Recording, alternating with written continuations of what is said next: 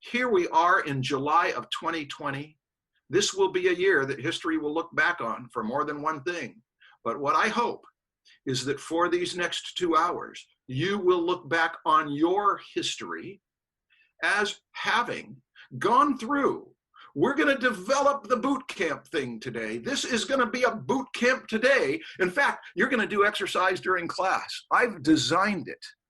I did quite a few things since we last were in class yesterday, and a good deal of it has been preparing you for drawing. We're going to work from MyBridge. We're going to review some lessons from Nicolaides. We're going to point to Bridgman. At the beginning, I'm going to give you a dose of lessons about what we talked about and didn't adequately talk about yesterday, and some of you were confused. I am going to, in the next 5 to 10 minutes, address that confusion and clarify that confusion. I think that I've clarified just the whole idea. And I think for those of you who said, hey, you know, you lost me on the rhythm thing, I think we're going to get that taken care of. Then we're going to look at Nicolaides and MyBridge to do some exercises, and we're eventually going to look at the homework. I didn't get a chance to look at the homework in detail, but I did look at it for like 30 seconds, and I said, everything's getting in. All 12 pieces are going to get in. And that way we can look at them in class, because I thought they were inspiring. And then I'm going to put you on some projects. I'm going to give you a choice of 2 projects. But here we are. We're supposed to talk about twisting torsos and 3D rhythms. But I'm going to pick up with rhythm from yesterday, carry it into this business.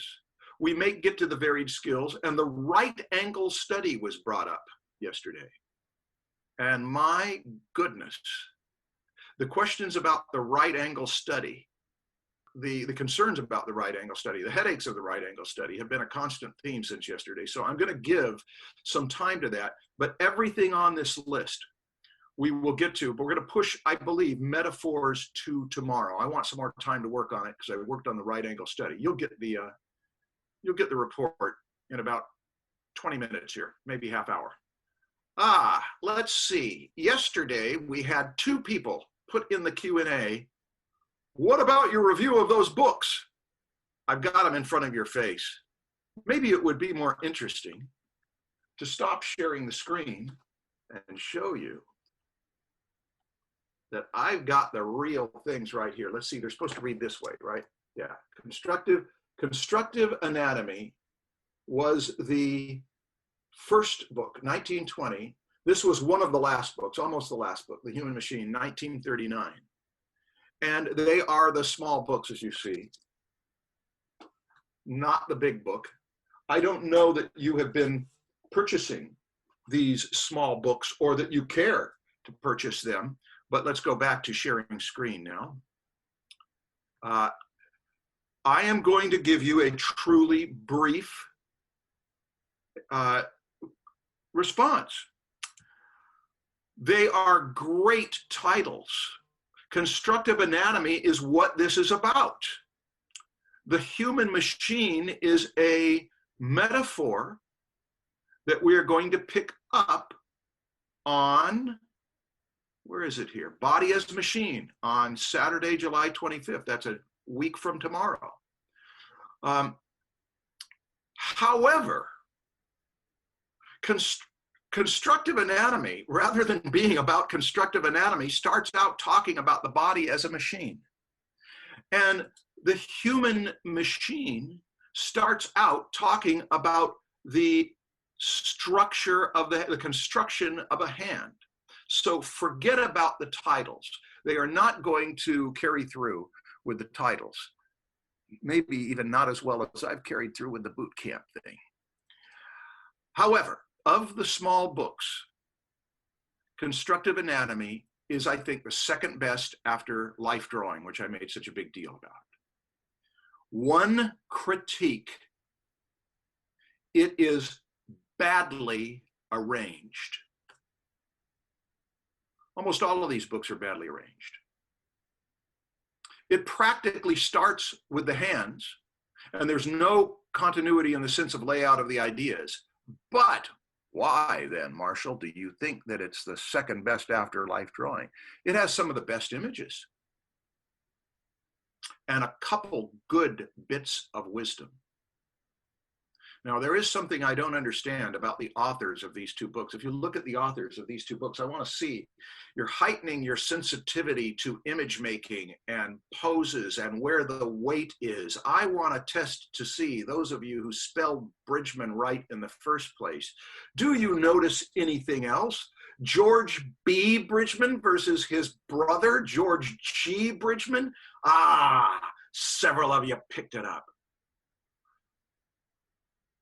Bright, lads, bright. Okay. Well, if you're worried, hey, Marshall, should I get those smaller books? Remember, this book pretty much has it all.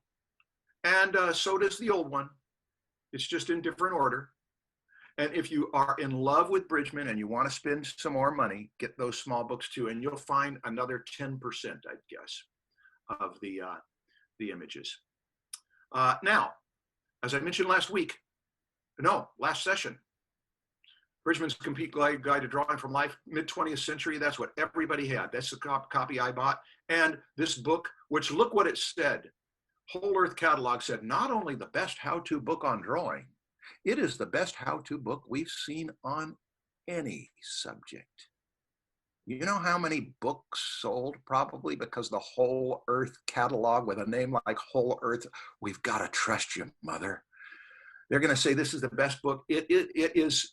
There were so many copies of this that if you went into a thrift store anywhere, you would find stacks of a book called None Dare Call It Conspiracy, which was a conspiracy theory book that took real hold back in the 60s when I was a kid. And by the time of the late 70s, when Whole Earth had said that, you'd get stacks of these books because people would see that it was all exercises that you'd have to do, and they got bored with it. But there it is. That's the one. I wish somebody would redo it. Maybe I'll devote my life to that. I want to introduce you to a new exercise, one that I did not intend to do, but if you did the exercises last night or this morning on striking the pose, I'm going to introduce you to a new exercise by Nicolaides called potential gesture. Exercise number 4. So he's got it right there at the beginning. This is an exercise I have occasionally made use of, trying to explain what I mean by the impulse of the gesture. The model takes 1-minute gesture poses as usual, and you make scribbled drawings. Instead of drawing the pose you see, however, draw what you think the model may do next. Of course, the pose you draw will seldom be the pose the model actually takes, but look why I put it in bold. The effort to realize how the model could move from his present position, what it would be possible for him to do and what he might want, will help you to understand the forces at work behind the action you see. If you had a good acting teacher, Don Richardson was, I think, in the second half of the 20th century, the great acting teacher, even if he wasn't that well known. He wrote a book called Acting Without Agony. But many a good acting teacher will always point back to this, that it is not the pose. There was a kind of acting in the early 20th century that, as Don said, thankfully fell by the wayside, where there were stock poses for grief and stock poses for joy and stock poses for all this stuff, and it always felt fake. And modern acting in particular got to understand that the action, the physical position, comes from something. 2 things, actually: what the character wants, and very important, what the character is feeling emotionally. Now, that's what Nicolaides, at about the time that that fake acting method went out, Nicolaides was pointing artists to the same thing. If you're going to draw characters, you may not be acting them, but you sort of are. Animators do that too. And so when you see this guy in this position and you didn't see any of this stuff ahead, you might figure that he's going to reach back even further. Or you might see that he's going to reach down to pick up a kid. Or in this case, he happens to be ready to strike a blow. Well, it makes sense that if he was going to reach down to pick up a kid, he wouldn't want to get the greatest momentum. So he wouldn't have, watch this, he wouldn't have brought his shoulder back, right shoulder back, so that you can see his torso in side view, whereas his pelvis is positioned where you can see the back of it. But he's trying to wind up as much so that he's got the maximum swivel on the y-axis. That's called yaw, except I should be doing it this way, not this way, because he is swinging where it's going to go down and forward. I'm not going to have you do the exercise now. I am going to leave that up for a few moments so that if you get bored with talk, oh, that's very good, Jesse. He also loaded weight on his left hip. He loaded the weight there. Why? Why? He might even be lifting that up a little bit. Why? So he can lean forward. The leg that's forward is where the momentum wants to be to get the maximum force. Now, you know what's interesting? A kid will do that when they strike a blow. A 6, 7, 8, 9-year-old is going to pick that up, and they never thought it through. They merely felt it, and yet the emotion led to all that analysis on a subconscious level. But can we do that? Can we do that on a subconscious level with drawing? Yes. A.B. Frost, Glenn Keane, Milt Kahl, if you don't know Milt Kahl. But these are people who have gone through a great deal of thinking it through, analyzing it, and studying it first. Now, I'm going to leave that up in case you say, Marshall, you go ahead and talk. I'm going to tune you out. I'm going to choose any one of those poses.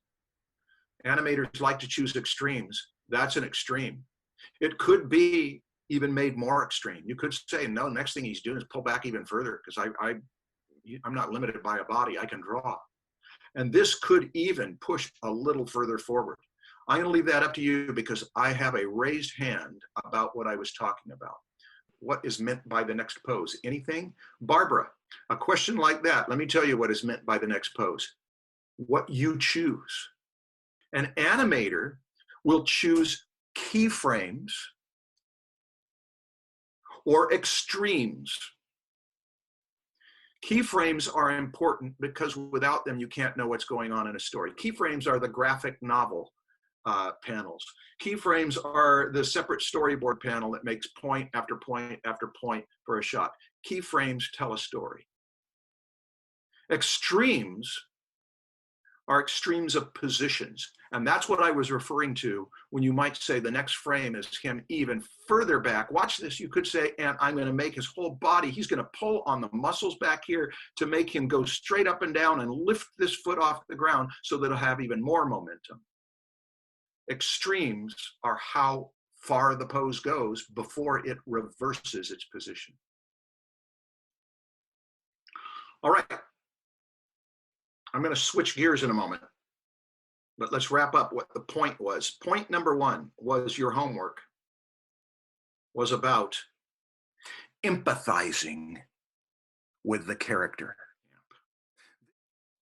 Many a figure drawing course. Hey, you know, when we talked about balance, physical balance, have you seen the Proco video that he did on balance? I watched the premium one, and gosh, that was really good. He took all the stuff in these different books about the vertical line and how you get on one side of it, puts it in motion, and how you can play with that. That's, I think, of the sources I know, that's the best one for physical balance. And it was just really elaborating and illustrating what Bridgman did. This is not about anatomy as such. It's not about form as such. It's a little bit about technical understanding. It's a great deal about feeling and sensation and empathy, and that I am not posing a mannequin. It's not a marionette that I'm struggling with to get it into a position. It's something that has its own impulses, and being in touch with that part of this class. So, gosh, I'd like to look at the homework right now then, huh? Nope. We're going to hang on to that homework. That's going to be dessert. Because we're going to go back to a subject yesterday of rhythm. Hey, one of the things that happens when a person throws a punch is that they throw it forward. And then when they've thrown it forward, they don't say, and now I'll fall over that way. At some point, the punch has been thrown and they pull it back. And the loop that I showed you yesterday, as he goes wham, wham, wham, wham, because it goes back and forth, or forth and back, it does something that is everywhere in nature. It's the first thing you heard regularly in your developing consciousness was a rhythm of your mother's heart, but not just of her heart, but of her moods and her motion and her stillness and everything else. One of the points Bridgman makes in the book is that there is rhythm everywhere. Life is full of this breathe in, but you don't breathe in, breathe in, breathe in, breathe in, breathe in, breathe in, breathe in. Eventually you breathe out, but you don't just breathe out, breathe out, breathe out. There is a back and forthness. Bridgman says this is important in a couple things. One is the body of that model, and the other is the pattern of your drawing. Now we're touching on the subject of the varied skills. We're not developing it here yet. We are going back to what I didn't explain clearly yesterday, but questions threw me into this. I am going to put this slide up of Bridgman's work because we talked about it yesterday. This is minus the pendulum. We talked about this yesterday. These are static, not in motion. Now we've got someone who's in motion, and presumably if we were in his body and he has got the weight on this leg, you can tell because a vertical line tells you that. So if you're going to sketch that, you might sketch a rhythm of meanders. But at some point you'd say there is his pit of the neck or the big bulk of his body, and if I run a vertical line down, it doesn't run right on that foot because he's not just putting his weight directly on that foot. He's got a little weight over here. And he's also got that leg pressed out there while he's got this arm thrown back here. So he's trying to distribute his weight over some center point so he doesn't fall over. So he's not really in motion. This is still. But what's he bound to do next? If he's having a ball, I think he is bound to switch legs or to move his torso over here and face the other direction so that the weight will then be on this leg facing that direction, and this one will be thrust forward the other way. Now, if you've got the imagination of a kid, and some of you do, and that's why you're artists, and you're gaining the skills of a grown-up, that'd be worth doing. That's potential gesture. You can look at that and almost watch it come alive and dance. And one of you told me in the crit yesterday that you do have real vivid images. You see it happen, but getting it on paper is another story. And that's why you're here. Spending 24 hours talking about drawing bodies. Here's one thing. These ones are standing with their weight going straight down. This one has got more complexity and it's a more interesting shape for its variety. This one has got the weight on its right leg at our left. And the next thing it's going to do when it's got that pelvis in this position, see it, the pelvis is going to switch over to the other position, and that leg is going to have its weight on there, and it'll be back and forth because that happens so much in nature. This is point one about the rhythm of bodies. They tend to repeat things. And if you're drawing them, you can see it, you can imagine it. You can honor that it has extremes. Anna asks, is it equally beneficial to try drawing the previous action of a figure also, or is it only beneficial to predict the next action? Anna, good question. Yes, of course. It's useful to say what happened before this. 2 minutes on this. I learned this from George Pratt. George Pratt and I got to teach storytelling together. I don't know if any of you were in there. This was 10 years ago. It was great. George Pratt had an exercise he puts students on that I thought was great. You take a photograph. It's cool to take photographs from another era. Shorpy.com is a place of these old photographs, and you go to the section at Shorpy.com. I'm putting it into the chat so you'll have the name. They've got a section on children. These are children in New York City and others back in old black and white photographs around the turn of the 20th century and early 20th century. And the reason they called it Shorpy.com is they got some kid holding these oil pails named Shorpy. That's all they know about him. And it's so iconic. You look at a picture and you say, this picture could be in the middle of the story. Tell us what happens before and tell us what happens after. Or you could say, this is the final picture in your movie. Tell us what led to this. Or the Norman Rockwell thing. He'd always start his illustrations with a drunken sailor near a street lamp. And then just see where it goes. This is the opening image of your story. What happens next?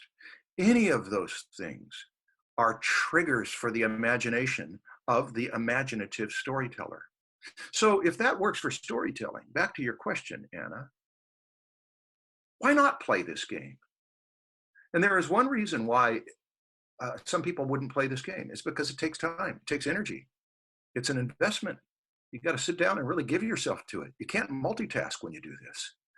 But if you're a storytelling image maker, if you're a storytelling figure artist, it would be a great thing to do. What happens before, what happens after. Then if you are the graphic novelist, if you are the storyboard artist, that thing that I showed quickly yesterday, that slide from Skydoll, you know, where there was a point where 2D animators were being laid off like crazy about 20 years or so ago. And there was a pause, and then there were all of these great graphic novels. Many of them came out of Europe. Many of them came out of France. They were animators who decided to do graphic novels. I mean, the drawing was incredible because animators will see it from this, thousands of times. So when they are struggling to do a graphic novel panel, they don't really have to struggle. They can see it and they can choose the most evocative pose. Okay, I hope that was helpful. And you know, I should have had this up while I was saying that, because these are not necessarily sequential. All right, back to my train of thought. If you say, Marshall, your train of thought, it's noise to me, it's okay. You got these beautiful bridgmans in front of you, and maybe something I say will trigger your impulse to draw. I am now going to take 5 or 10 minutes to develop yesterday's thing, starting on the varied skills. I spent about 5 minutes yesterday on an introduction to the varied skills, which is that there is the skill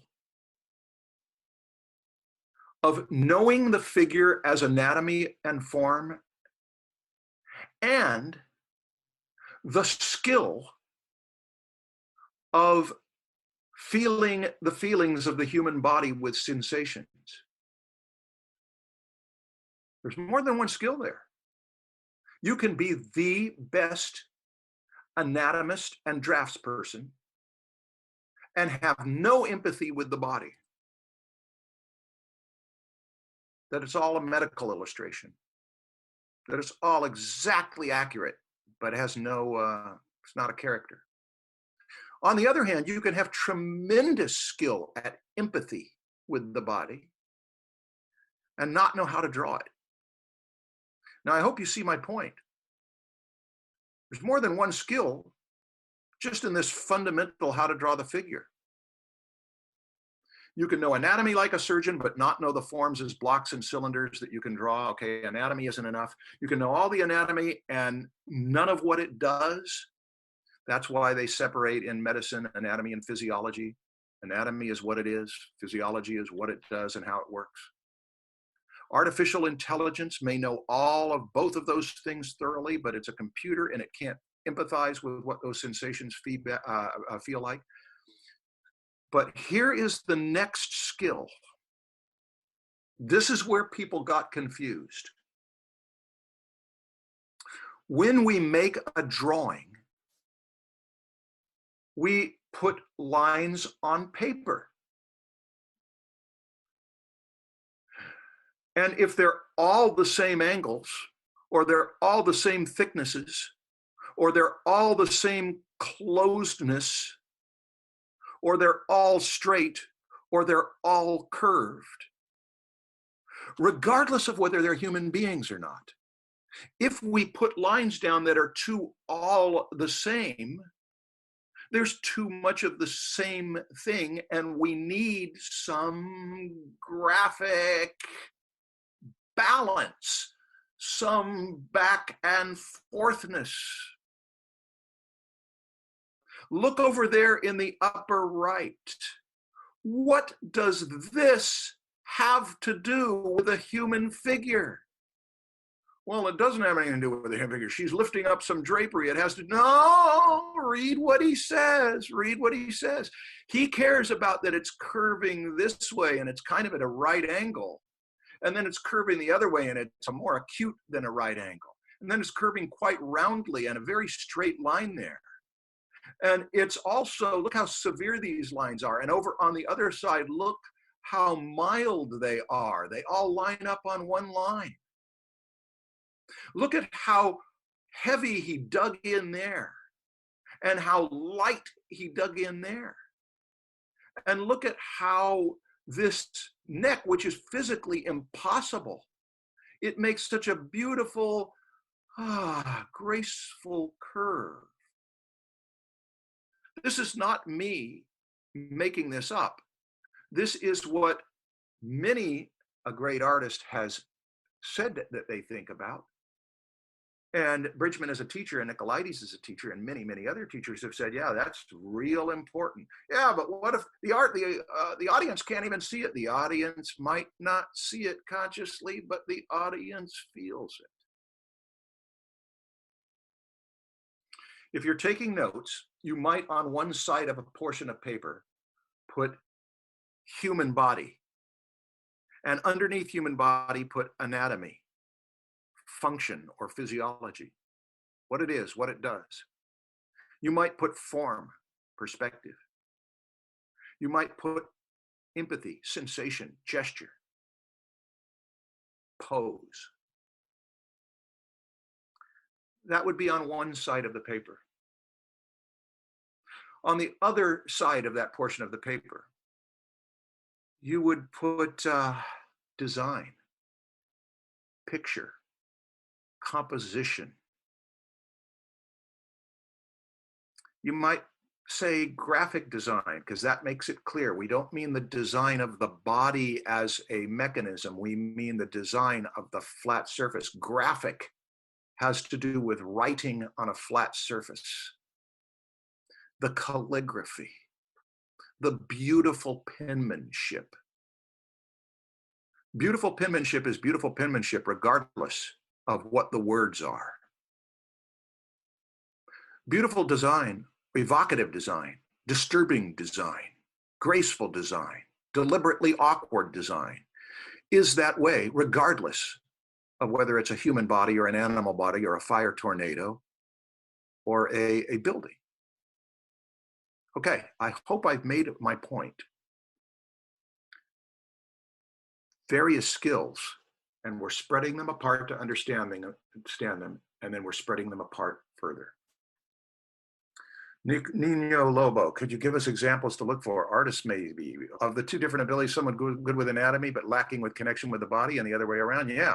The best example of good with anatomy but lacking of connection with the body for empathy was deliberate.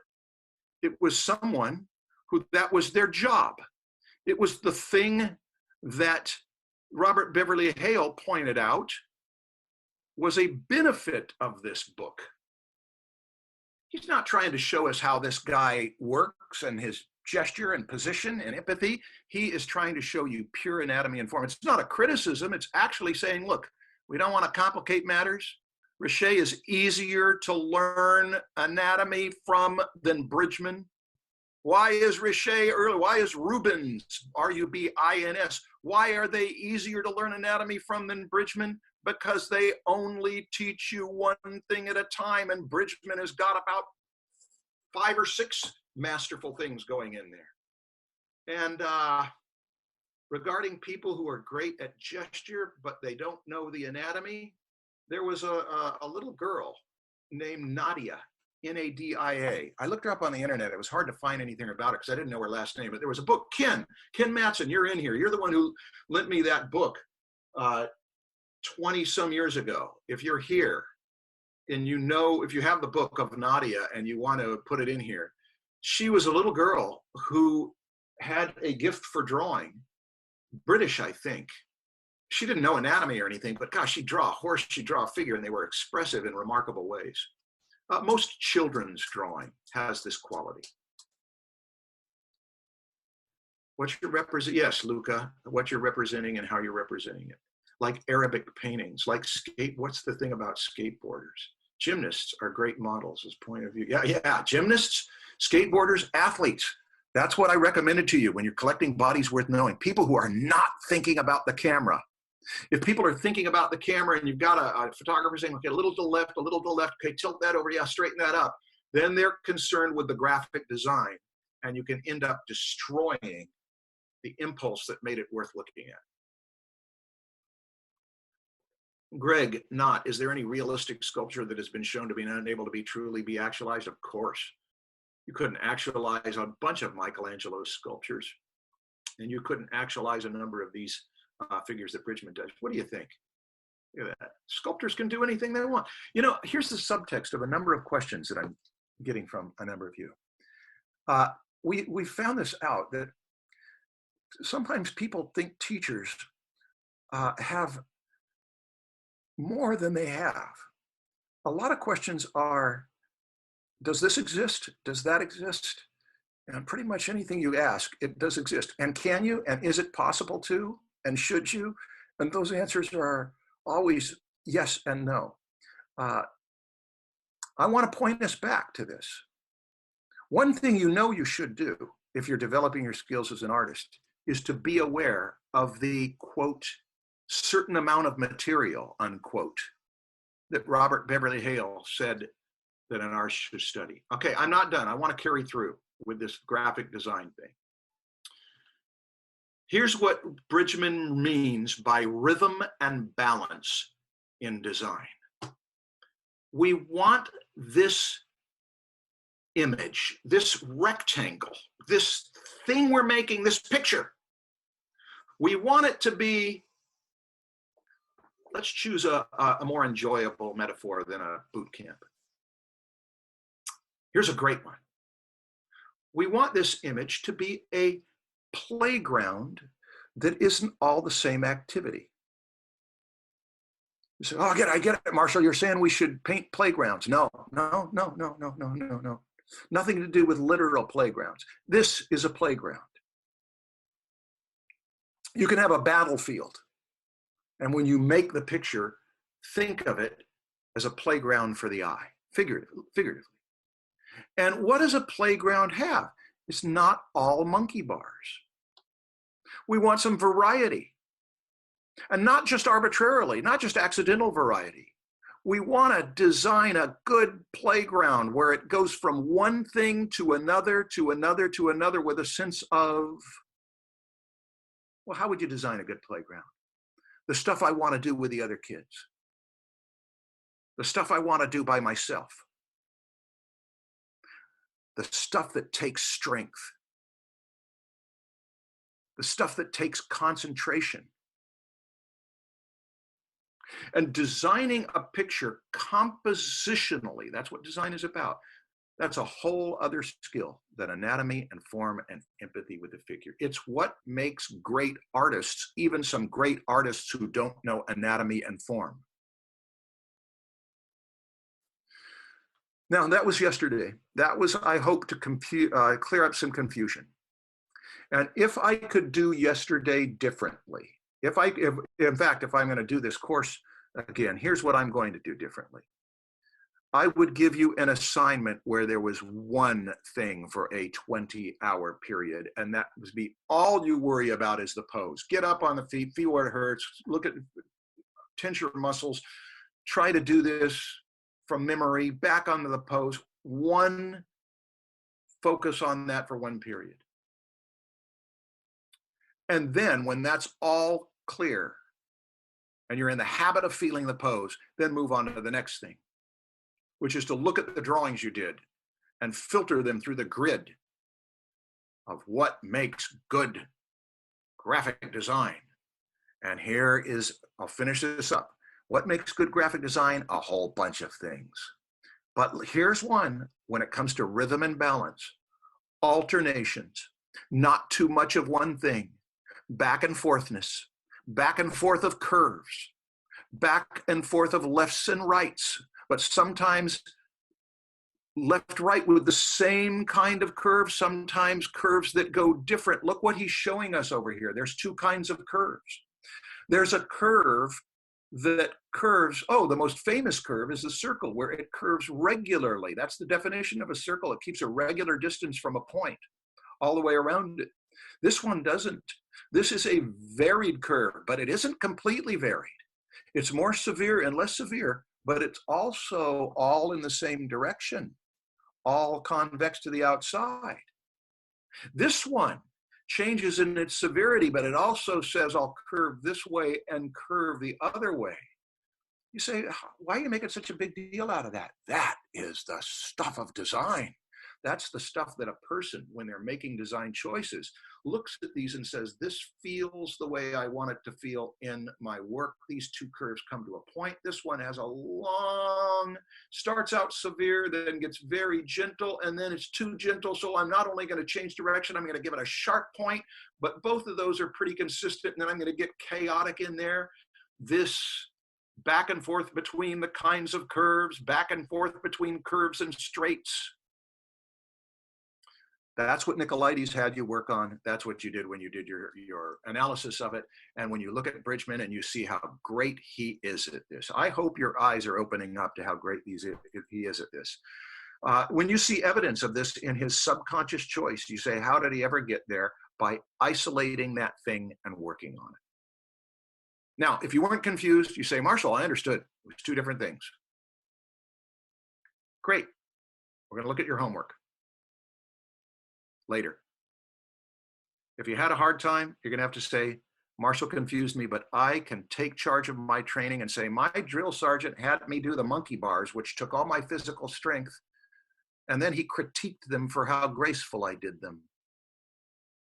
I couldn't do them graceful. It took all of my physical strength. You can say, I'm going to do the monkey bars for my physical strength, and then I'm going to, when I get good at it, look at them for grace. Okay, I'm done with this point. Lena, like dynamics in music. Yes, dynamics in music. When you're trying to hit the right notes, and it's hard to hit the right notes, it's hard to swell and recede. and whisper and suddenly shout for the mischief that a good musician brings to it. That's why you can take a masterpiece like a Beethoven sonata and have a student play it and hit every note right, and it's still a great piece of music, but it isn't a great performance. Because there is so much in those sonatas that can be done just with the dynamics alone. And that's what we're aiming at analogically with these drawings. Actually, dynamics would be more value contrasts. Okay, no questions and answers. Let's go to a rough thing. Any of you try right angle studies? We're going to put you to work here for a half hour. Get ready to draw. If you say, Marshall, you had those in front of me. You were talking the whole time. I did that, but I could have done it from the book. I'm going to give you stuff that you can't do from the book because I scanned in my bridges and made a little exercise for you can do in class. But this is going to take concentration. Are you ready? Let me start with a personal story of about 17 years ago.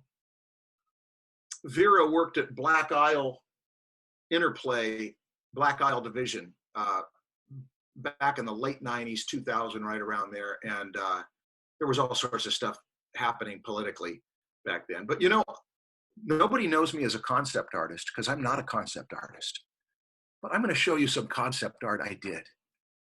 I think it was for Fallout, one of the Fallouts. They had these Gehennas, these Moleks, these Agricola MRs or whatever, and they give you this thing that says the Gehennas are dangerous, long serpentine necks with a head that is essentially a huge fanged mouth. The background, the Gehennas and Moleks were once humans, were caught in a radioactive fiery mine shaft. In the vein of creature from the Black Lagoon, etc., etc., etc. And then my job was to go do sketches in my sketchbook. So I did sketches in my sketchbook and showed them to now. And then when I did this, maybe, want a human mouth on there, not a fag mouth. And so things changed. But I guess these were the Gehennas, the creature from the Black Lagoon, but more messed up was the description. And then this one, Josh liked. And the next step is that we can't just give this to a modeler and expect them to model that in 3D. There's not enough information.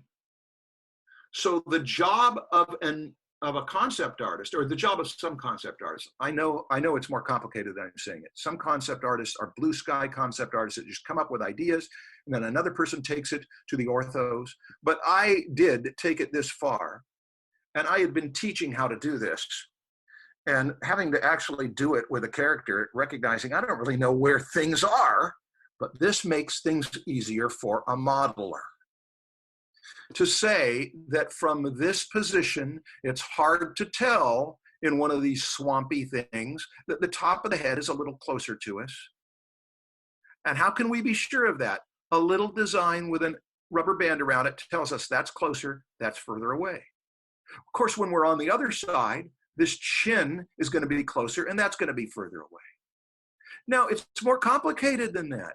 You see, when that rubber band wraps that way, but then you have junk slime that's angled like that, it's going to have to somehow be indicated to be that's closer, that's further away.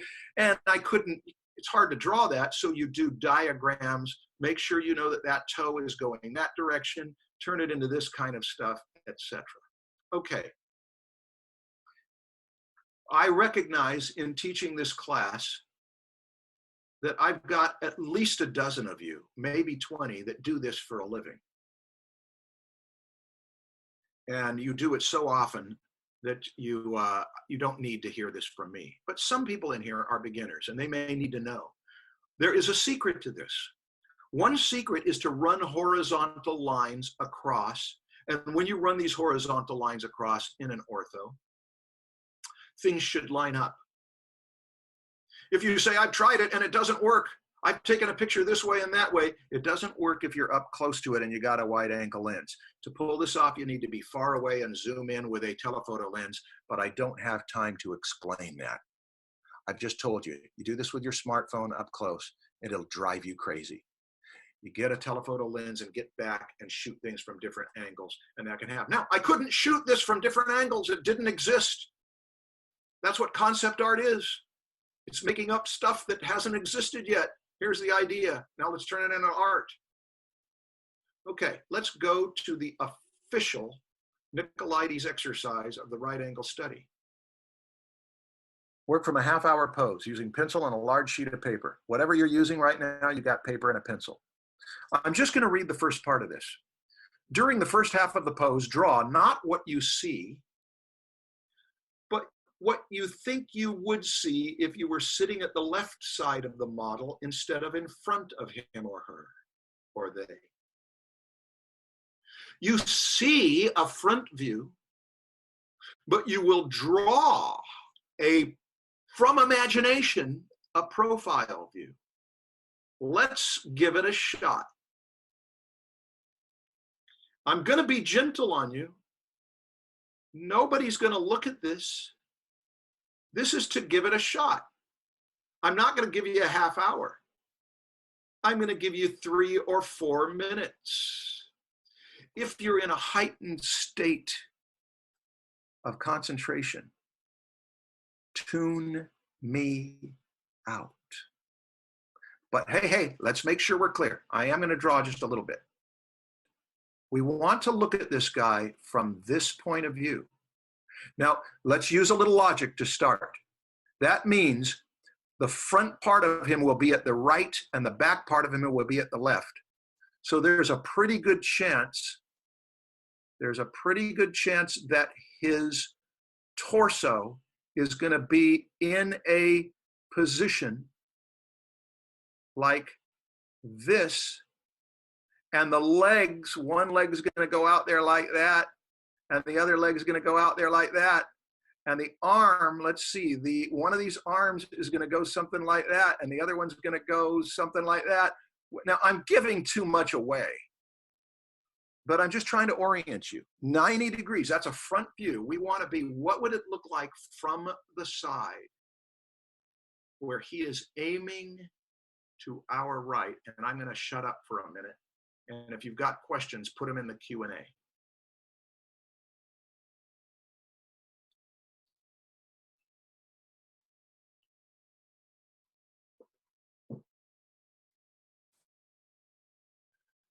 Nino, you started by the arm. Is there a better way to start? Yeah, I think the torso is better. Because the position of the torso, you move it a little bit and every limb on it, it carries with it.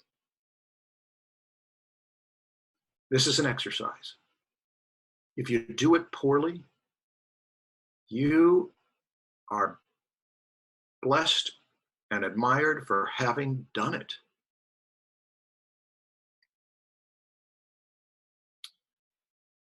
Are you about ready to look at the answer, the revelation?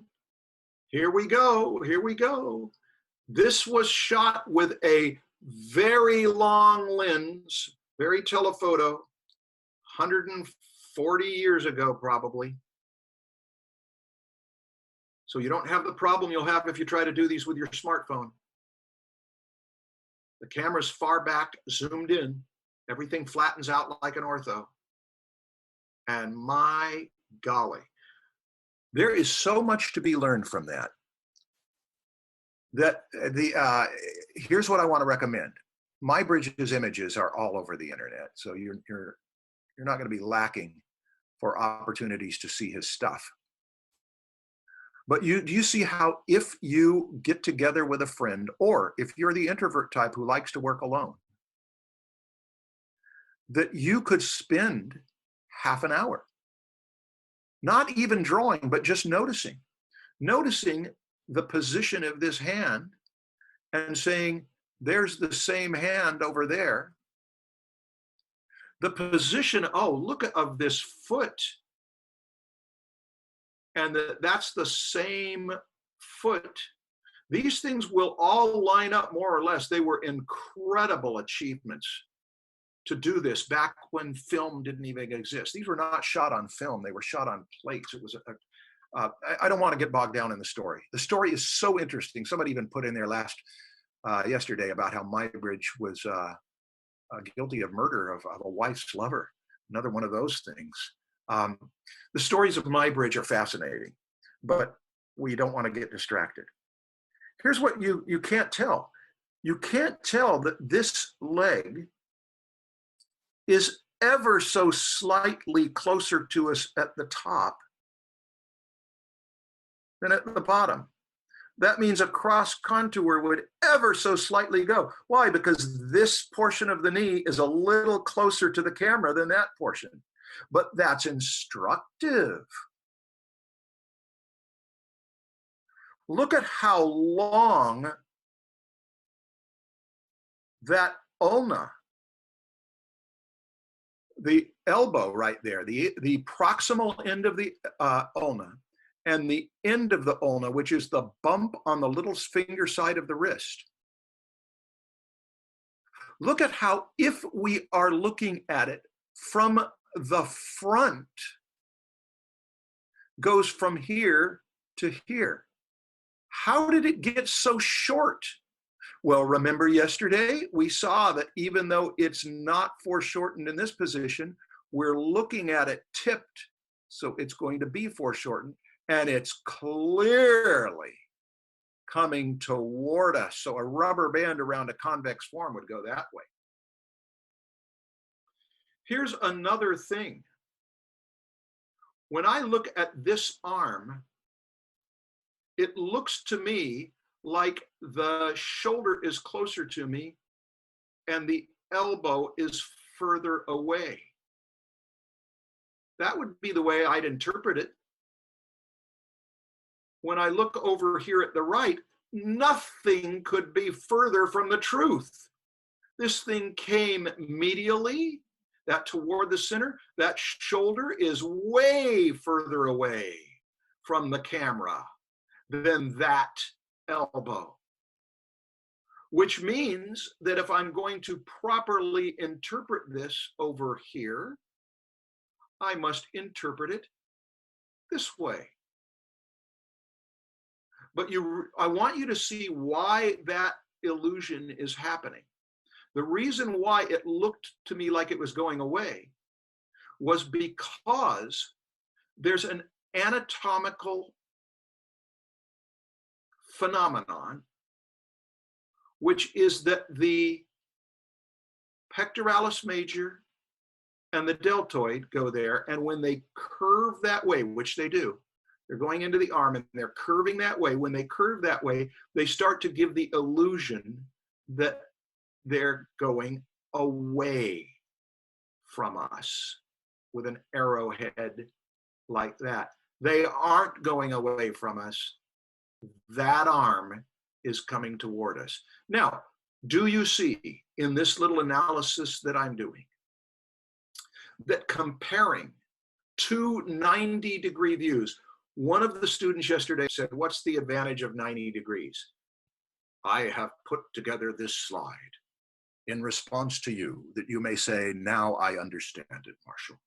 The 90-degree thing had purpose, and you have opened my mind to it." This is also fun. All right, now let's go back to Nicolaides. We call this right angle study because if you drew a line from the place you are sitting to the model and another line from the place you imagine you are sitting to the model, those two lines would be at right angles to each other. They sure would. If you are sitting at A, you want to imagine what it would be like 1/4 of a circle, 90 degrees. But if you're sitting at B, and if you're sitting at D, see how you'd go there and go over to D. That's the idea. Some people don't know their right angles and their protractors, so that's why he made this in the accompanying diagram. And not everybody's going to look at it from the front. He, she, or they imagine that they are sitting at the place marked A And for the checkup, to go see what it is, go over to there. Now, do not limit yourself to the human figure. Look at a telephone, a lamppost, or a lawnmower and draw it as if it were to appear from a right angle view. This will force you to acquire a sound knowledge of the way a thing is constructed. In design thinking, in basic drawing for entertainment art, in classes like form analysis, this is a part of what we do. We design a prop from one view and another and another, and in their pure ortho forms, they're relatively easy because we just swivel them on a lazy Susan or swivel them on the x-axis. I'm not going to take 10 minutes to describe orthos here. I can, if there's enough people who say, can you give us a brief description of orthos later? Maybe.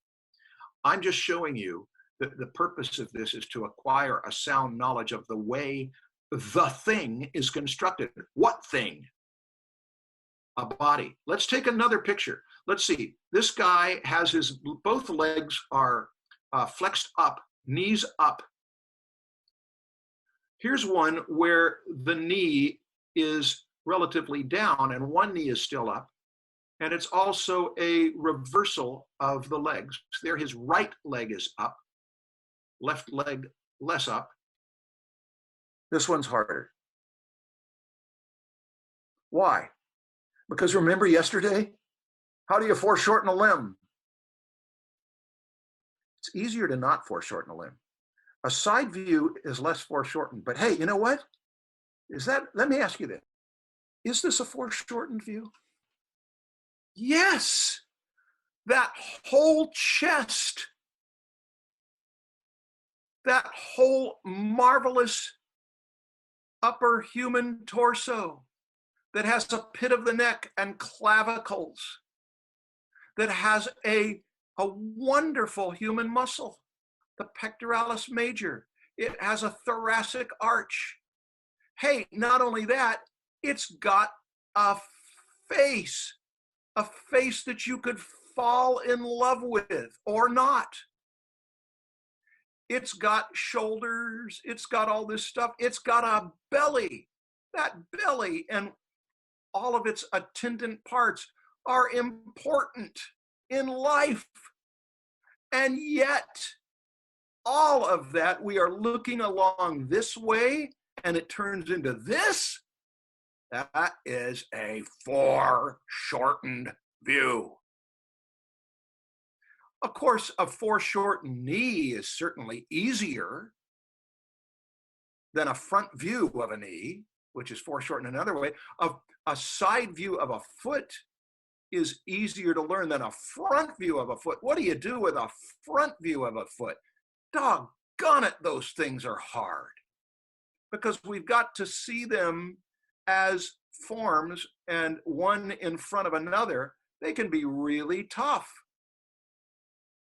But everything is going to be foreshortened from one position or another. This is just going to be a tough one, but we can be pretty sure with those horizontal lines that we're going to have a torso.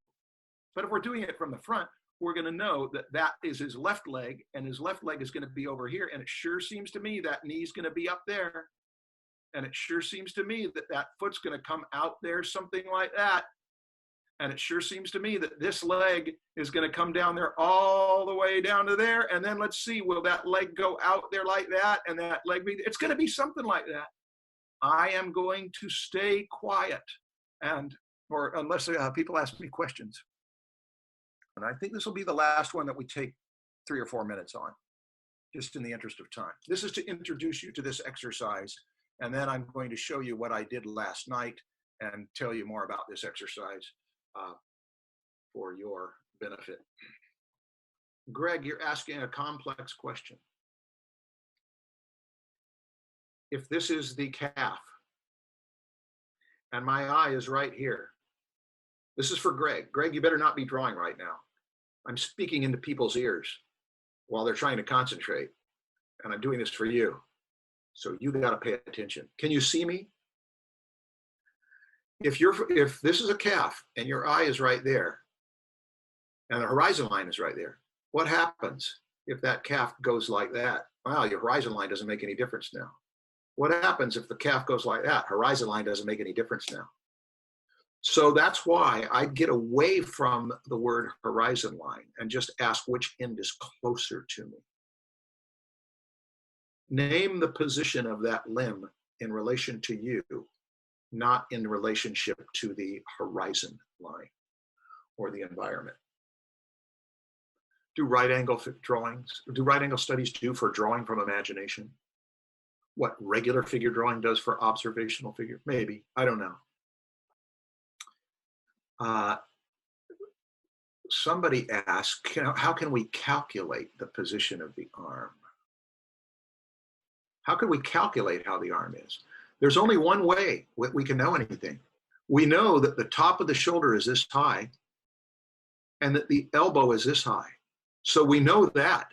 What we don't know, we know that the elbow is there and we know that the shoulder is here. So the only thing we know is that in the drawing that we do, it's going to go from this high to this low. Now, this does not tell us whether it's going out toward us, that the elbow is closer, or that the elbow is going away. You know what I would guess. I would guess that it's coming toward us. The elbow is closer and the shoulder is further away. So I put that shoulder, I'd have to get the body first, and I'd put that elbow here. But you know how wrong I was last time. For all we know, when we go into the next picture, it may be telling us, whoa, you were wrong. We'll find out in a minute.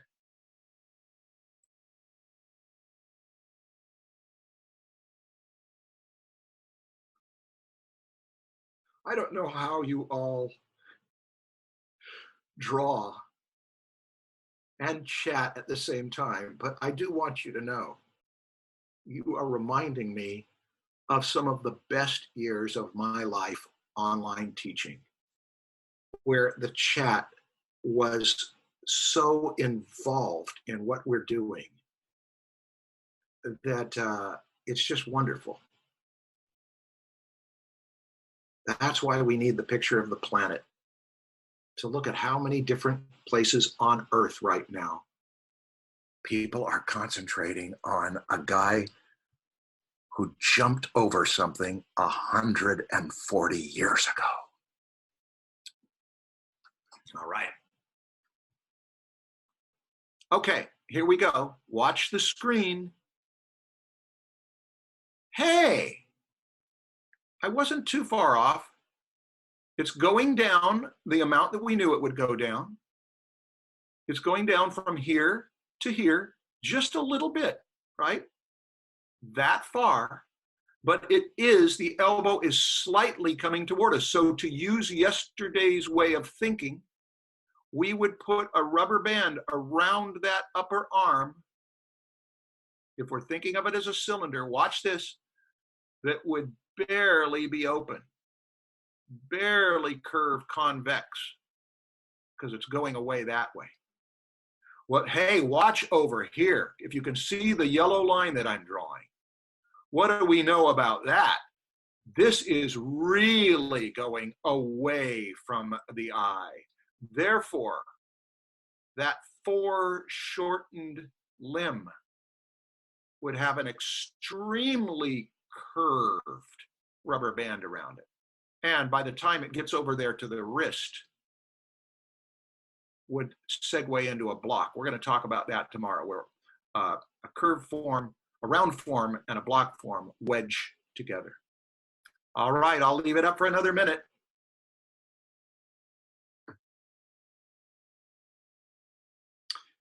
We did not even talk about the squash and stretch. Somebody's noticing it. See, both of these knees are stretched. The one on the upper knee is stretched more. And that means that you're going to be able to see the kneecap in quite sharp relief, but you see it over here too. And the more it bends, the more you might get an extra fold of skin in there. Oh, these photographs. let me finish the MyBridge lessons today with this. This is worth a half hour. We spend 4 minutes on it, but these are worth looking at them with friends, drawing from them. When you start to study anatomy, noticing those muscles, look at that thick, dark part there. What is that? Anyone know what that is? That's a phenomenon that really confuses people in studying anatomy because it's not a muscle. It's a ribbon on a balloon. It's the iliotibial band. It is flattened out tendon pulled down on the vastus lateralis, and it's different on different people. It can really throw people off. These cast shadows can throw you off. But you see, the fact that these are old, gritty, high contrast, black and white photographs, the fact that they are not done in 4K slow motion and marvelous where you can see every pore of the skin, means that we don't get distracted by color. We don't get distracted by detail.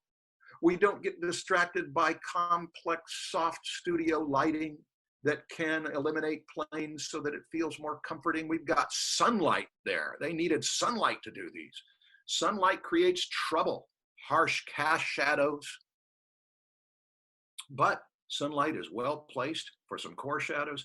Oh, there's so much in it. And last point,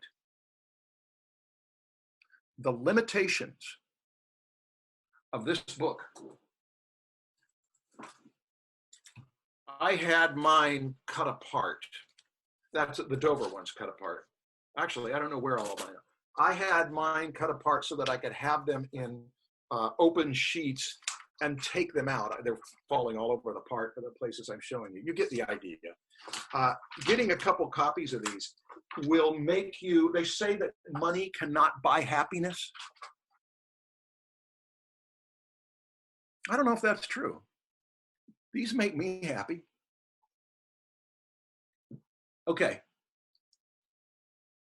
Now, yesterday, I challenged some of you. I challenged some of you to try a right angle study.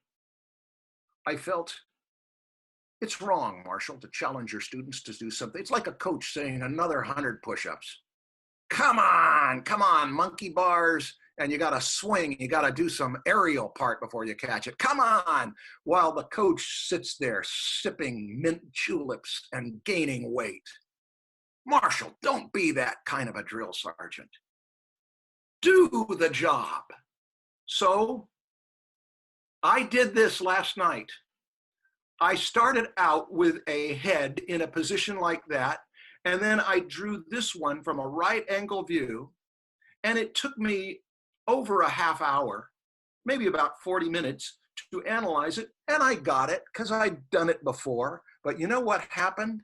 About 40 minutes into it, when I tried to do this one, I got so confused that it's like the coach.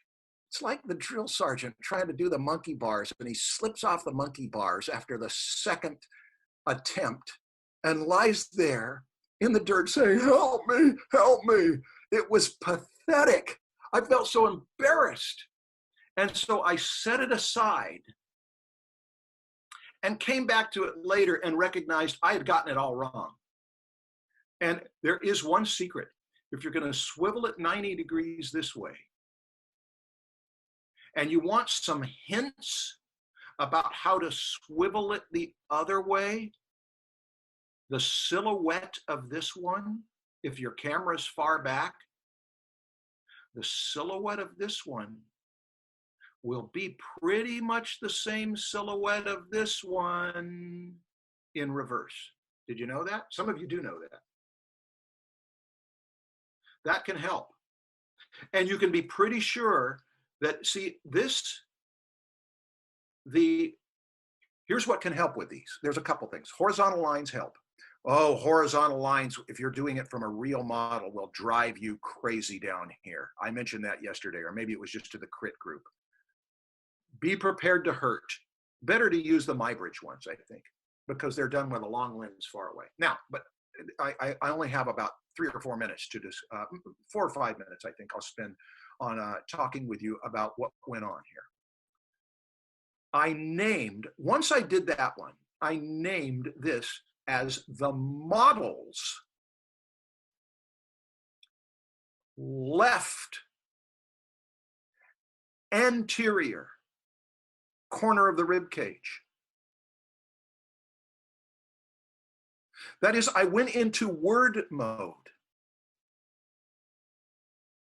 I wish I had color-coded. This would make it easier if I had used a colored pencil for every X line. Every X line is going to be red. That is the X lines behind and in front, on top and on bottom, all X lines, red. And then if I want to make all the up and down lines blue, I'm not going to carry through this, but I'm just going to explain. I'm doing this so that I can say those are up and down lines. Now watch, here's why that's important. Over here on the right, these X lines are no longer left to right. The X lines become something like a Z line, but they are X lines. They're going away from us. And here's what I know. I know that if this right front, that's right anterior corner of the rib cage, is forward, it's closer to me than this one. How do I know? Because I can see that side. Right front, closer. I actually consciously thought that if I'm over here looking at it, I would see the back. Yeah. Ooh, I'd see the back because it's swiveled front. Whereas if the left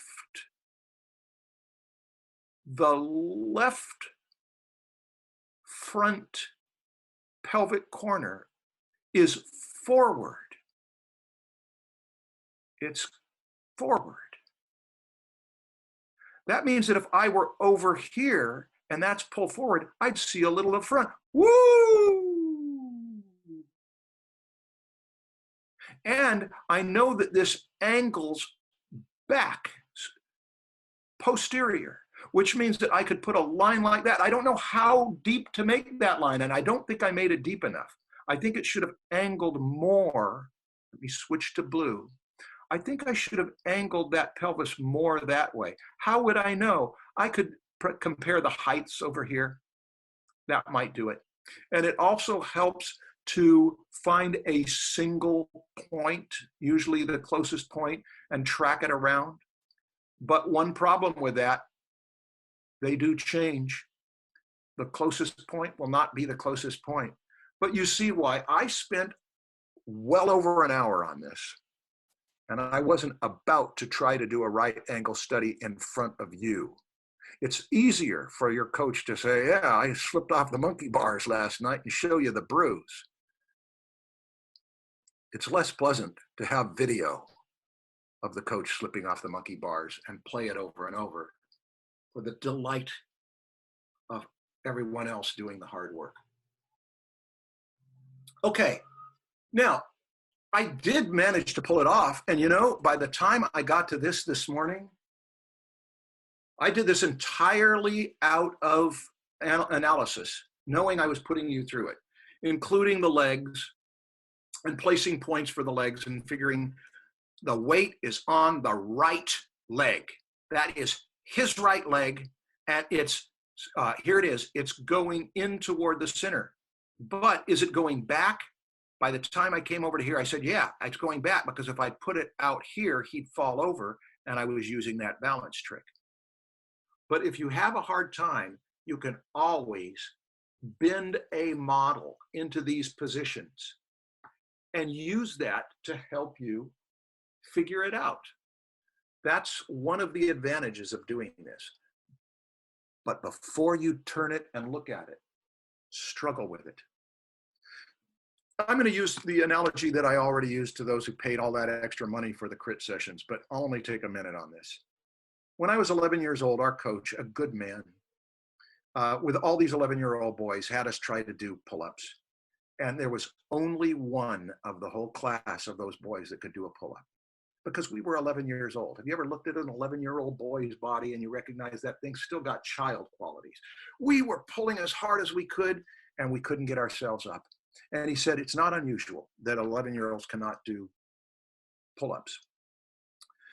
But you know, because I saw doing a pull-up as a masculine achievement that I wanted to in my puberty and early adulthood, if I can do a pull-up, oh, I'm not a kid anymore. And that was the main exercise that I fell in love with because it was so hard to do it. You may have some of that in you, that if you try this and you find it difficult, if you fail, keep failing, but gradually you start to strengthen the muscle. And if you get one little part, just the head was a little easier because I could think of his face and think that he's a fine person and he's looking at me. No, he's looking away from me, and you can play a game. Anything that'll help you to imagine this, that's useful. But there's one thing about this drawing that sucks, even if it's correct. There's one thing about this drawing that I missed entirely. Anyone want to say what it is? I'm going to admit it. The gesture. All I did was say this way and that way and the other, and I was thinking about, I want to do the rhythm thing. I'm looking up at this one, and it's facing my left. So I'm going to look down at this one, and it's facing my right, down to my right, up to my left, down to my left. I'm trying to find a rhythm between these two positions, and I got him, and I said, good, now I'll go with it. And it's a clunky looking bad marionette that I never got up on my feet, and I never thought about, why would somebody twist their head like this and swivel their hips like that unless they were just in an awkward state? I remember years ago, a colleague of mine who I esteemed very much, I was working on a drawing that I put probably 40 hours into with a lot of detail. And I admired him so much. And I asked him, how do you feel like it's going? He said, I admire your patience and your skill with your technique, but why you would put that much time into a character that's that boring, I don't understand.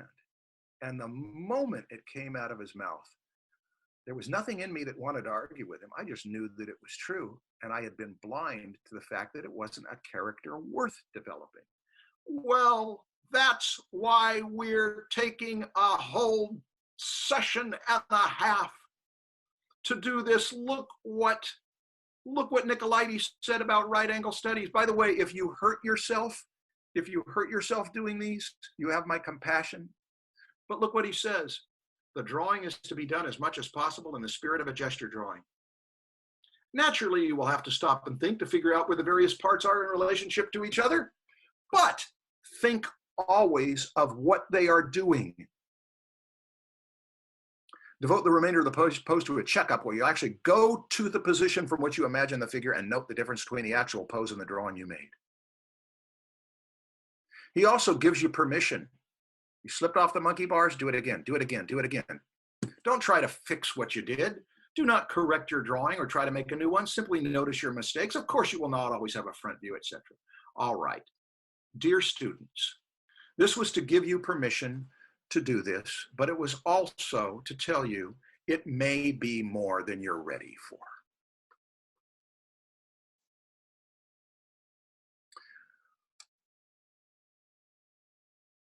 Jonathan Brett Schneider, Marshall, why do your boxes are inconsistent in thickness? Because I didn't pay attention to that. I was just trying to get the position. Would you recommend trying to do this exercise on graph paper? Yeah, but remember that when things swivel, they might not always line up because when things get closer to you, they might have a little perspective on there. Now I'm going to show you a successful right angle study that I did several years ago at the Natural History Museum with my animal drawing students. But before we do, let's read another part of Kimmo Nicolaides' right angle study. In right angle drawing, we're making use of something which I have called, for lack of a better name, structural imagination. That's a pretty good name, Kimmo. Some of my students have asked if this exercise is a matter of using the imagination. To answer that, it would be necessary to define imagination, which is far from our purpose. What we really do in this particular exercise is to attempt to assemble from a different point of view what is in front of us. It's an effort to construct in the mind by using the knowledge from past experiences. He has you do other exercises like this too. Look what I put in bold. This is worth reading. The great danger of drawing the thing which is in front of you, as what seems to be 98% of university life drawing classes. The great danger of drawing what's in front of you is that you may end up merely copying. When you cannot copy, you must draw with your full intelligence.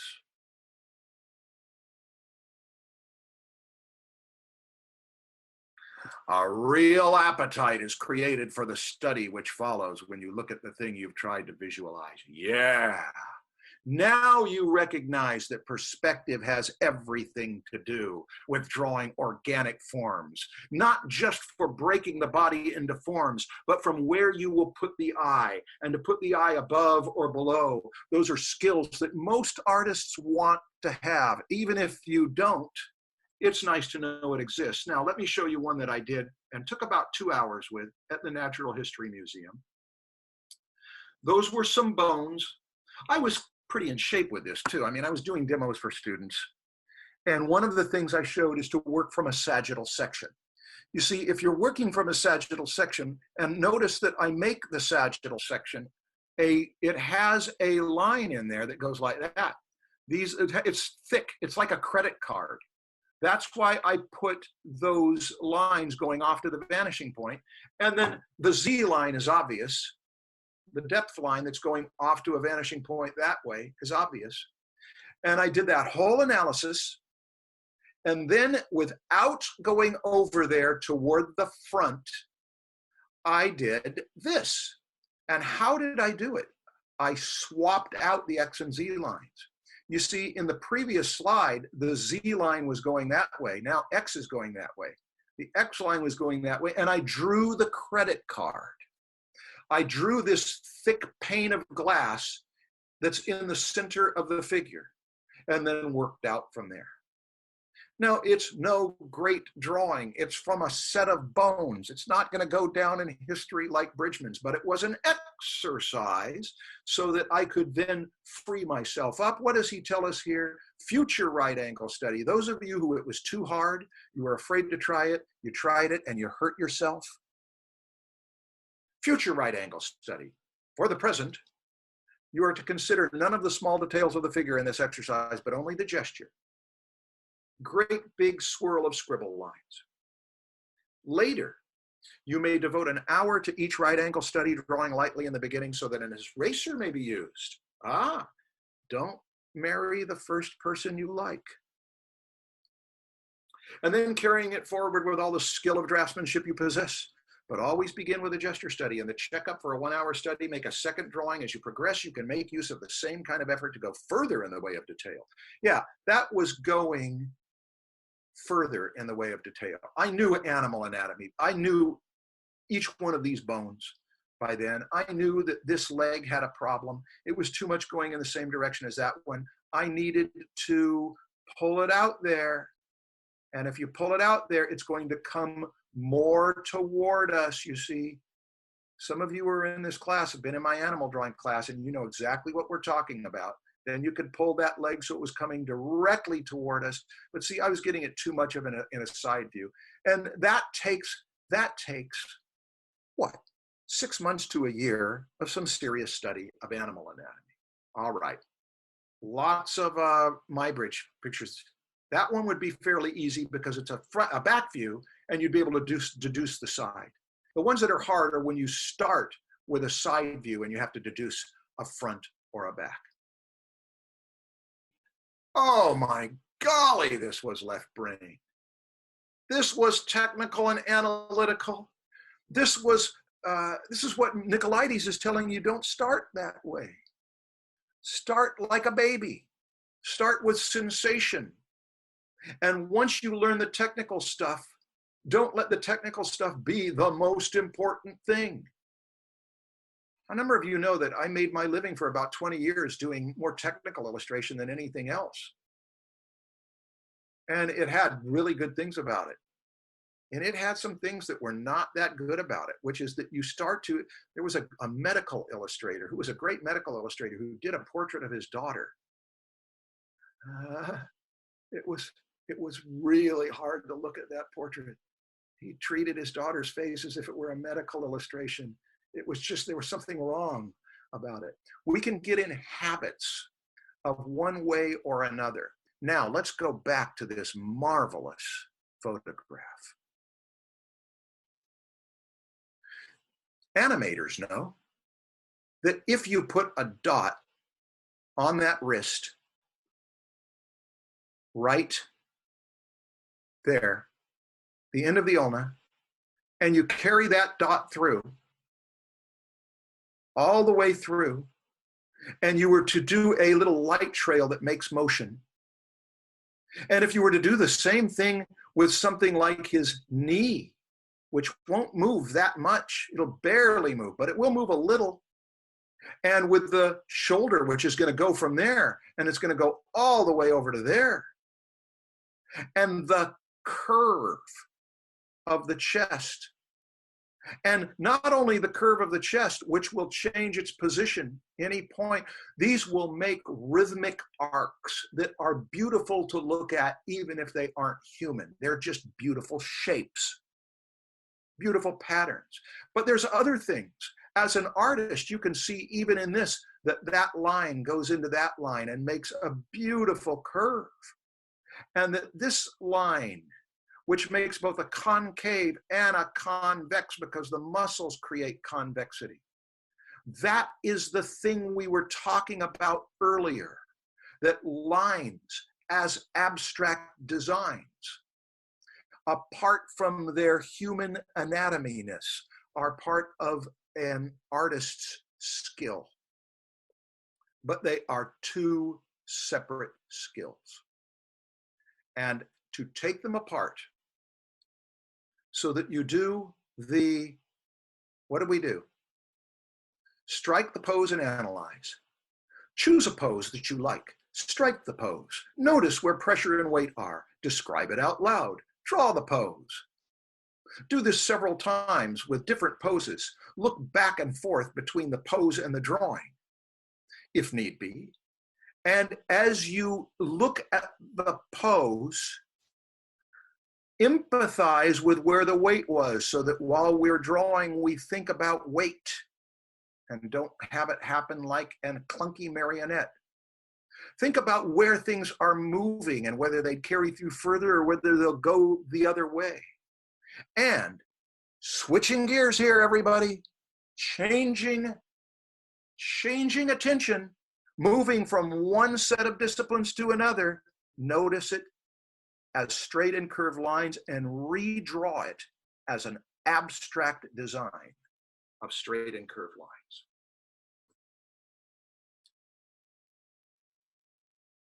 Are you ready?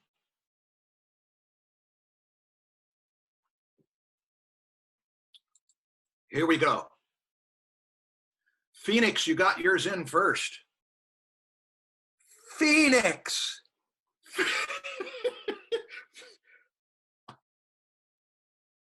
Phoenix, I am so impressed. I have had the privilege of teaching you for whatever it's been. 2 years this summer, right? That's right. I have seen you grow.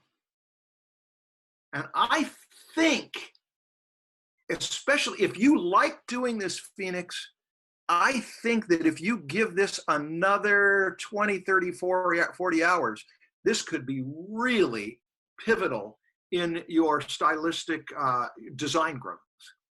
But even what you've done already, may be enough. You cannot know whether it's going to take in future drawings, but I'm just very impressed. Hey, everybody, be like Phoenix. Now, we'll look at this stuff and talk more during our crit, because we are limited for time here. Luca.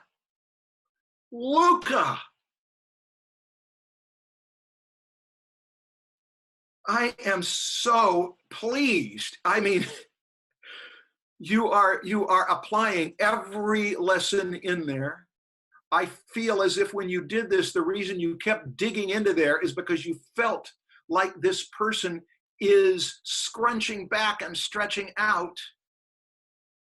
And then to turn it into graphic design where you say, I don't want it to be, if it's going to curve this way and it's a complete curve and a gentle curve, and then I'm going to make a pinch in there where it comes to a point, and then I'm going to make straight lines and curved lines, and they're both long, but then there's a short straight line, and then there's a harder short straight line, and you just, I don't have anything to say except that I'm impressed.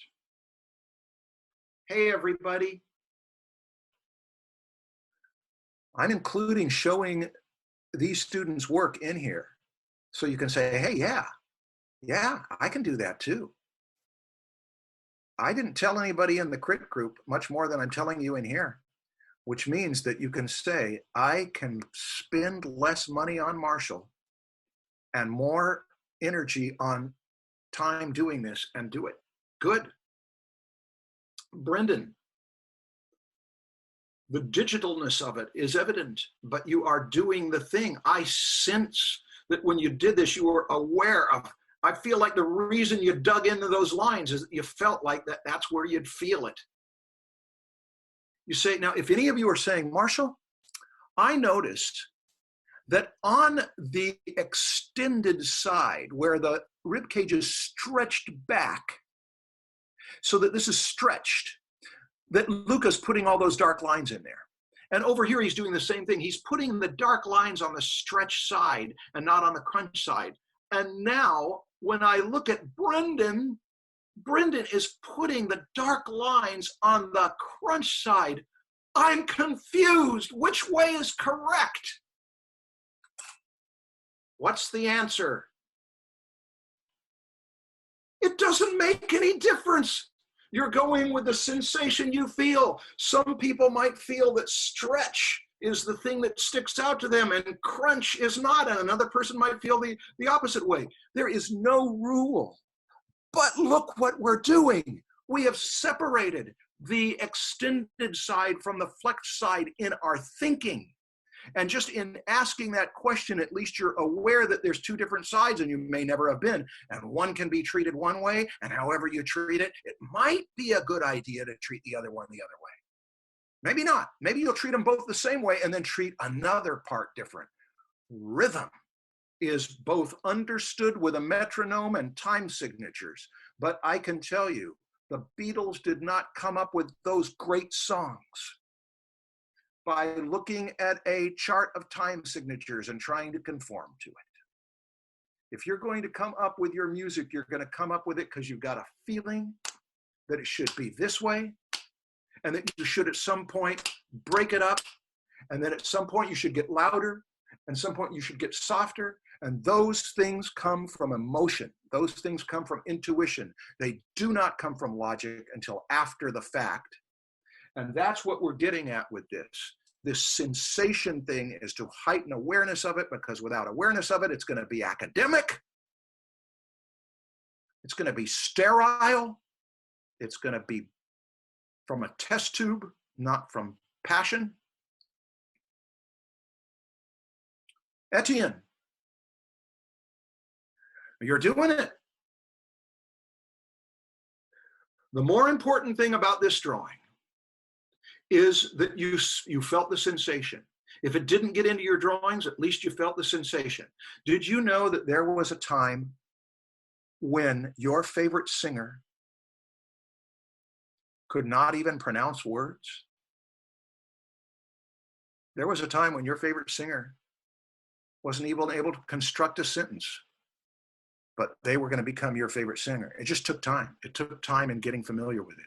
What about this? Oh, Clarita. Lovely pieces. Even if I sense pain, you've given us, you know, there are blues songs. Blues came out of pain. And yet, what is remarkable is how many of those blues songs that even have tragic lyrics. My man died last night. My heart is broken in two. And yet the song is upbeat and it's got a happy, there's an irony in that can make a song interesting. Sometimes when you take something that is negative and give it a beautiful twist, that empowers it. But these are really well done. I'm just so happy. I know we have to speed up because we got 10 minutes before we're done. I'm really just showing these. I found it harder to get an accurate gesture than an accurate block figure. More dynamic poses are difficult to hold. I think some are impossible. Some are impossible. But one of my colleagues, he was a teacher when I was a student at the junior college, and he was still teaching there when I taught there. And I sought him out for wisdom. Nixon Bora, Vera remembers him. He said, the thing about drawing a figure is that nobody can take you to court and sue you for having damaged the figure. That you can put it in any position you want and you're not going to hurt it. You can experiment with extremizing the poses. Romana, look at how you split two sides of the brain. The analytical side that chooses the coronal and sagittal and transverse planes and gave them different colors and angled the lines. And then you went over here and you went, and gave us a little rhythmic dance of thickness and thinness and curvedness and straightness. This is the varied skill business. This is what we were talking about. Okay. Sasha, a little hard to see when they're that small, but when I look into them, these are like little precious stones that you might not look at them because you don't have the time, but if you look into them, you'll see there's a lot going on in there. And what I see is I see a lot of arrows and I see a lot of line analysis, and that was the idea. After you've done the pose, notice, let's see, let's go back here. Let's go back here to what the assignment was. I try to word these things carefully. On the poses you draw, notice or analyze. How? Well, it's up to you. Placement of weight, directions of motion, straight and curved line. That is what you did. You noticed, and then you made up your own analysis with arrows, etc. Jonathan, well, you certainly went for shapes after you got the poses. And you also understood this business of that's pitch, that's yaw, that's pitch also. Here's what I love, folks. Look at this. Any of you know who E.C. Segar is? Jonathan Blake knows. Jonathan Blake and I had an E.C. Segar conversation this last, not Sagar, Segar. He was a comic strip artist who did Popeye back in the first half of the 20th century. They're marvelous drawings. I mentioned to the crit group yesterday, of the great artists of history, let's name some. Michelangelo, Rembrandt. Oh, we could put 20 in there, those great European masters that came out of the Renaissance into the Baroque period and then into the 20th century. In the 20th century, the great drawers, many of them, maybe most of them, were the cartoonists and animators. There's an era around the turn of the 20th century into the 20s and 30s of great drawers. And they're doing what Michelangelo did. Michelangelo was a cartoonist who just happened to put coarse shadows and reflected light and make forms that are closer to anatomy. Michelangelo dared to do with a figure something like that, but with a different aesthetic. Look at that calf muscle. Look at that awareness of the belly of the gastrocnemius, and then a straight line, and look at how the straight line goes into this. Folks, this is what's exciting about drawing. The anatomy and form is the technical side of it. The reason you wanted to be an artist is probably not because you were excited about anatomy and form. It could be. Sudipta, we're going to look at this stuff in class. We're going to talk about it. Olivia, I tried drawing more with feeling than by measuring. Good. Good. Beautiful technique. Another skill, but we're going to save that for another time because we got 5 minutes. Danielle, you did the assignment. There's some thickness in there. There's some weight to those hips. There's some awareness of curves and straights. Sharya. Now, I put these in here in the order that they came in. We talked about animators. We talked about the value of studying motion pictures for rhythm. At some point, we're going to talk about a whole other discipline. Drawers can learn a lot from motion pictures and animators. They can learn a lot from anatomists. They can learn a lot from another discipline coming up. Maybe the bulk of what we're going to study from now on, and we already have been. Sculptors. One reason why Michelangelo was such an incredible draftsperson was that he was a great sculptor. Oh, the continuous slow motion picture, the video, my bridge, have at it. Now, next assignment, I'm going to have to go 2 or 3 minutes over time. This is an exercise I've occasionally made use of trying to explain what I mean by the impulse of the gesture. We already read this. The model takes 1-minute gesture poses as usual, and you make scribble drawings. Instead of drawing the pose you see, draw what you think the model may do next. Of course, the pose will seldom be the pose the model actually takes, but here's the important thing. The effort to realize will help you to understand the forces at work. You have been empathizing. You could make this go even further, but I don't think he's in a position very easily to do that. He could pull it back. What would happen next? Could you draw this 2 or 3 times, just as cartoons, to see what happens if he pulls first or if he pulls first? Is he going to push down in there? If he is, if he's going to push down into there, this pectoralis will harden. It will tug that arm down. But if he is going to lift it up, the pectoralis will relax, muscles on the back. That's advanced. Here's your assignment. 2 of them. Sorry to give you 2. You can choose 1. Choose 12 shots from video sequences of bodies in action. Well, it'll take a lot of time. Choose 3. You must have video clips on your hard drive of athletes in action or something that's marvelous to see. Strike the pose. Notice where the pressure and weight are. Draw the pose. You've already done that. Draw the next significant position from imagination. Don't worry about getting it correct. Why? Because remember, he told us it is the effort that will help you understand. Don't worry about getting it correct. Seek the potential position and then advance the video frames and compare. That's one thing to do. The other thing to do is to go through the Bridgman torso images. I've given you the page numbers. Pages 4, 5, 18, 30, 60, 30, 132, 147, 149. You can screen grab this right now. But Vera will post this as text. Bridgman has got all sorts of twisted torsos in there. Try taking some of those twisted torsos on these pages. Now that you understand them as blocks, and if it's too hard to do a 90-degree position, or you just say, look, I'm not going to put that much energy into it. I'll do it next month.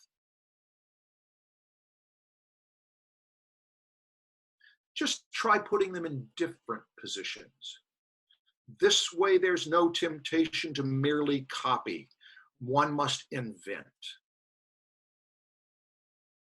I hope you learned today. Let's see.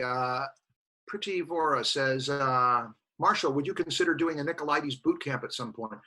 I want to do a Nicolaides boot camp, but I'm not sure there are enough people who, we were going to do it. I was going to do it with Ryan Kingsline several years ago, and we even made plans for it. And he said, people aren't going to commit to 300 and some hours. But I want to do a Kingdom Nicolaides boot camp. We'll see. Maybe a short version of it. Maybe a 21st century sedentary lifestyle boot camp where we go out and we play tennis for 2 to 3 minutes at a time and say that was a workout. But yes, I'd like to. If you're interested in it, if we, how do we sign? Nicolos wants to know how we sign. Keep letting me know. And we'll work it out. I'm shifting to online teaching more than anything else. For the exercise, how far into the potential future should we draw? The next key frame? Anna, that's up to you. That's a choice. I can't tell you 3 frames on a video. Unless you're doing old video. In that case, 1 frame. Because those are faster, the silent movies. I can't tell you that. All right. Here we are. We carried through with rhythm. We talked about varied skills. You're going to work on twisting torsos tonight. When we look at them, we'll talk about 3D rhythm and we'll pick up anything else. We spent a lot of time on the right angle study, but the right angle study is worth time. And some of you seem like you really like this, so I'm glad. And it is 1 minute after 2. If there's anything, Vera, if there's anything I should know that I am not paying attention to. If I'm neglecting anything, tell me. Otherwise, we are about to end the 2-hour session. There's nothing you need to know except that I did already post the assignments that you sent today. Okay. Those of you who are writing in here and saying, I wish I could have signed up for your classes, et cetera, et cetera, et cetera. I have a life goal, and it's to only teach 2 to 3 times a week, but with 1 class where I get to do all the exercises too. And I'm not able to do that with this Bridgman boot camp, but I may be able to later. And with the Nicolaides boot camp, I want to do the assignments along with you because I'm excited about this stuff. Right now, July 2020 is your summer. This is where, if you take this seriously, observer or participant, if you are doing this work and hanging out with other people and pursuing it out of the passion of it, you'll find that boot camp has its pain, but boot camp has some satisfaction too. There's a certain thing of do the obstacle course that's like you do on a playground for the fun of it anyway.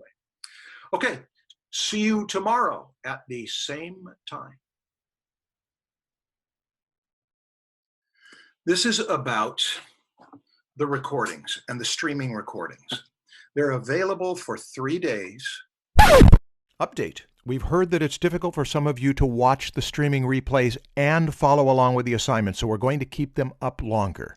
They'll be up for 2 weeks after the time they're posted. That means that the first week's sessions will be up until July 26th. Portal access is required, so if you haven't set up portal access yet, do it today. But instead of 3 days, 2 weeks after they've been posted. And then we take them back, like when you're checking something out from the library, you've got a limited amount of time to enjoy them, and that means you get to them. I know that you can screen grab them. I am asking you not to do that. When you record these things, and then let alone share them, it damages my ability to make a living. So here's what I'm appealing to. 15 years ago, I hired a couple of professional promoters to help me make more money with my anatomy seminar in a summer. And they cost a lot of money, but they made me more money than I'd ever made, and I never hired them again. I just did not like the way it went, the way the whole tone of it went. And one of the first things they told me was that you need to raise your prices. And I said, I don't want to raise my prices. My students don't have a lot of money. They said, so you still need to raise your price. I said, why? And they said, we've done research and you are the least expensive of all of the art teachers who do these kind of seminars. And I said, I'm happy with that. And they said, it doesn't look good. It means that you're the cheap guy, the devalued guy. And I said, yeah, but if my students like what they get, then that means the word will get around. They said it's not good business practice. This was a tense conversation, and I decided I did not raise my prices for that, and I am committed to making my teaching as available to you as I can. This seminar you're doing with me is $5 an hour for what you pay for the observer tier, and I will continue to do that.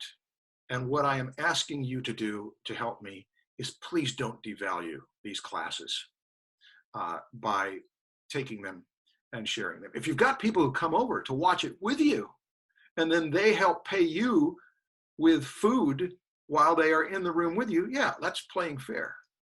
But the other stuff isn't. So I am appealing to you for that.